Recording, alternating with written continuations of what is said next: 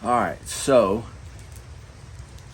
um, one of the videos I haven't done in a while is Who's That Dude? Talking about some of my experiences and things I've been through. And so we're going to do one of those today because, sometimes I use the analogy that I'm God's own Gump. And part of the movie, Forrest Gump, is that he ends up in situations that are just amazing, sometimes funny. And I think that's all of our lives. Like, we just end up in situations that sometimes you just got to be like, God's probably giggling about that one, or there was a reason for all that. And it seems like my life has had a lot of those adventures, and I'll share a lot of those as we go, and some of those, probably a lot of those I've forgotten, some by choice that we need to forget, and some just by age. But there's always situations that happen in my life that I just got to the point to where once Caleb came along and things would happen on vacations, I would tell him, Caleb, this is a cross-family trait. It's always an adventure. And that would be our slogan. When something crazy or out of the ordinary would happen on vacation or somewhere, we'd look at each other and say, it's always an adventure. And part of today's adventure is a brand new cigar. I don't know if y'all have caught on to a trend. I really like Perdomo and My Father's Factory. And this one is from the My Father's Factory. And I've told you guys this before, but my second family down at Sidetrack Tobacco, Bristol, Virginia, Chris and Ron and all the boys, they hooked me up with this one. They said, man, you really like My Father's stuff. You ought to try this TB. And I said, I'm on it. And it's more affordable. So if it's good, man, this one will go to the top of my list. So this one will be an adventure as well as one of Who's That Dude adventures, just to give you some more flavor of who I am, what I'm about. And like I've said, that these kind of stories get passed down to Caleb and his kids and their kids' kids, and be like, man, stuff happened to my grandfather and great-grandfather that sometimes make you chuckle. So today, the adventure I'm going to share with you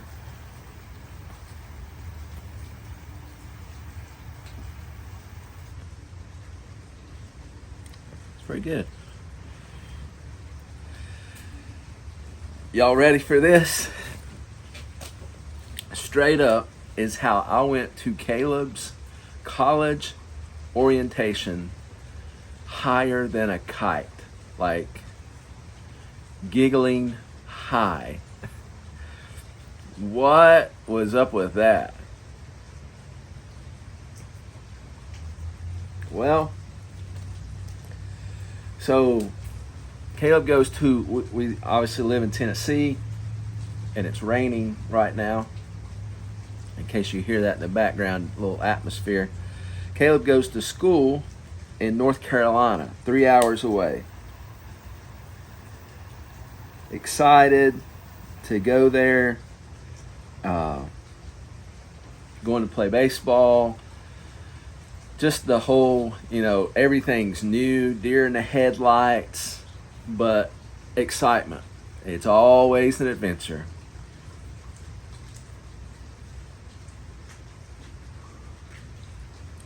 And there's a little family that we knew that had ties here to where we live that found out that Caleb was coming to school there and said, listen, we would love to be a host home for him, anything he needs. The husband actually works in the little town that Caleb goes to school. They live 30 minutes away, so it's awesome. So when we go, we get to stay with them. They've basically become extended family to Caleb and to us now. So we go and we stay. Like, this is the first big hoorah. This is the main freshman orientation week of classes starting. And orientation was supposed to start at 8 or 9, like a parents' meeting in the main auditorium. And that night, I kind of felt uneasy, and I told Cherry, I think I have a kidney stone, but I'll get through it, because I've had those before. And man, if you've had a kidney stone, you know, whoo, yeah, that can be a moment. And I've had a few of those, a few that I've had just through the years.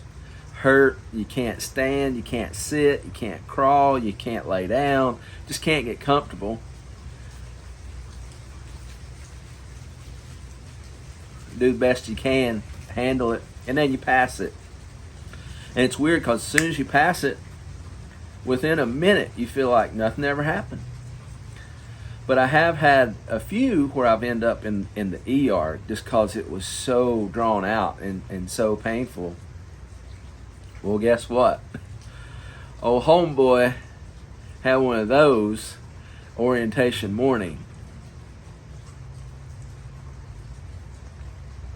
So on our way from our extended friends, families home, man, it kicked in. And I knew I'm not going to make it through this day. And I got to be there for Caleb, like I'm going to his orientation. As we were going to the interstate from their home to the town that Caleb's college is in, I see it up on the right, hospital next exit. And man, it hit, and I didn't even tell Sherry. I just took the exit. She's like, what are you doing? I was like, babe, I can't do this. Like, I can hardly drive.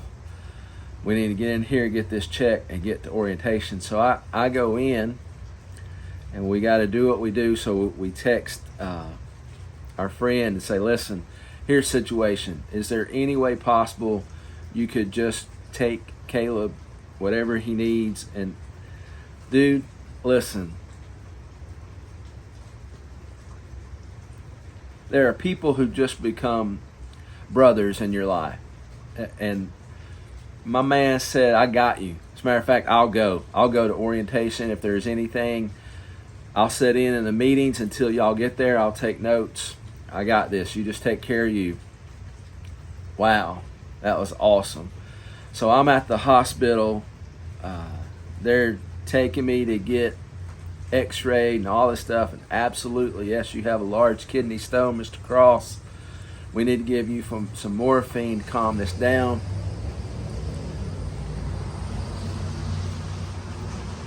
So they give me a hit of it.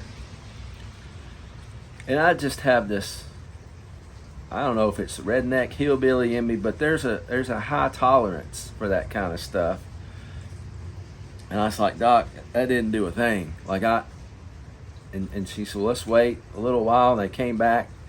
Doc, I can't feel nothing. So they said, well, we can give you a little more.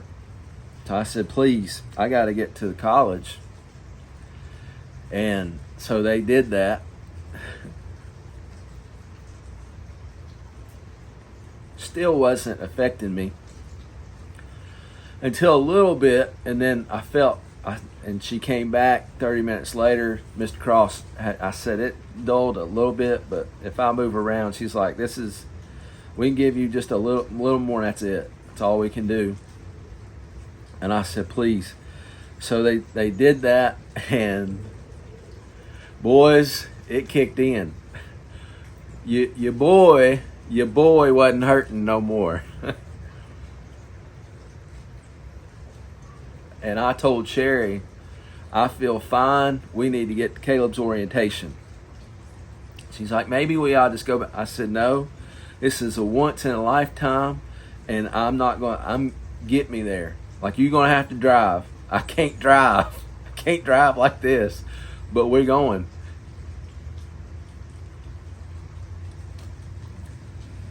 My people, by the time we got from, like, checked out of the hospital, told me what I need to do, said that, you know, let us know if it doesn't pass, yada, the whole thing that you normally hear. By the way, it's actually pretty good. Put this on the list, the TB. So, man, by the time we got from the hospital to the school, like, all 3 dosages has kicked in. And y'all know, some of y'all know what that's like. Like, I don't know if it was delayed and it just wasn't happening, but by the time we got to the school, boys, I didn't feel nothing. And Sherry said, you're just grinning the whole time. So we had missed a couple of meetings, but I think we were there by lunchtime. And we go into the calf, and we see Caleb sitting with baseball guys. And, you know, we don't want to be those parents. Hey, son, how you doing? First day. Woo. So we just kind of looked over there and sat down with some other parents that we had already met. And I was holding my own. Like, I knew better than to say a whole lot.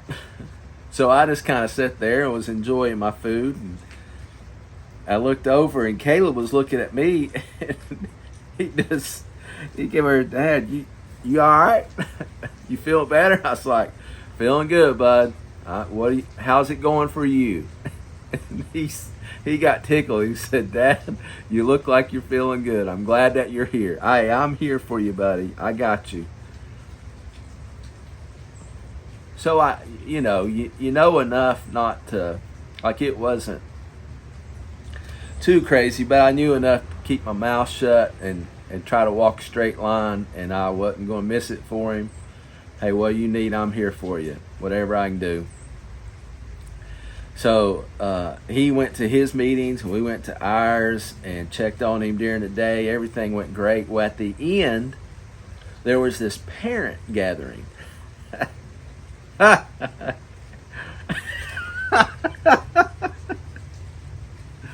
Y'all. One of them God's Gump moments. So you go in a library, and they greet you, and you know, they have a little thing of drinks, and then drinks, and have these name tags. They ask you your name, they write it down, they hand it to you.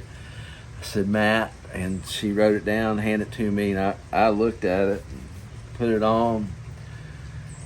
I said, Sherry, I'm going to get me. She's like, no, I said, a water. I'm only getting a water. She's like, well, I'll go with you. And then we talked to some other parents, and I held a great conversation.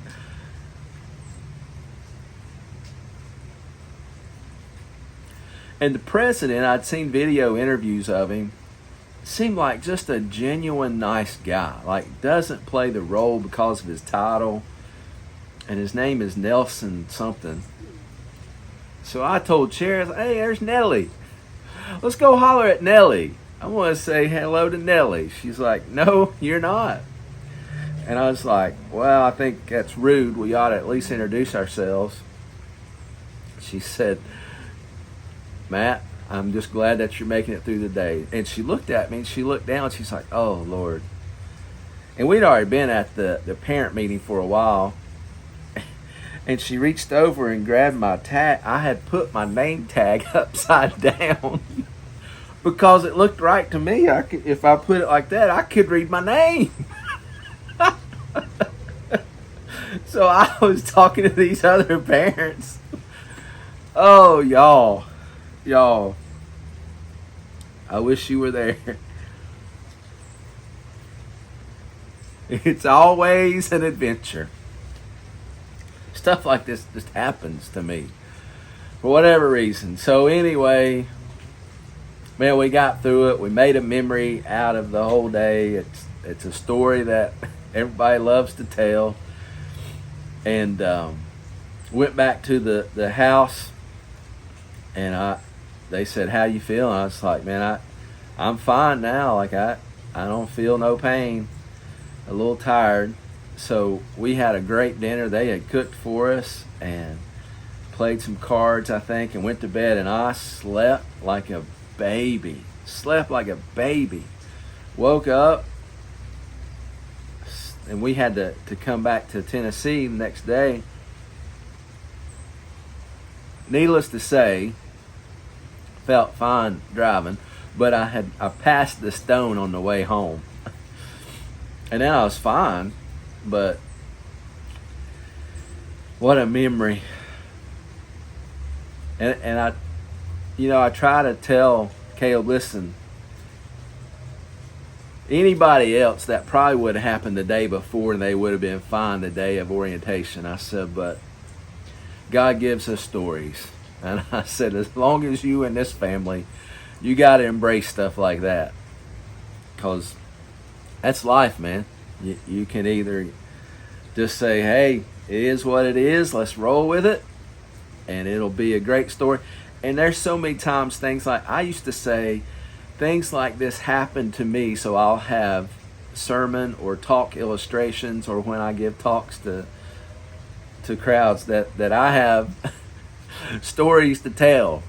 So I'm thankful for things like this, but just to share a little bit more about who is this dude and the story of my life. So there you go.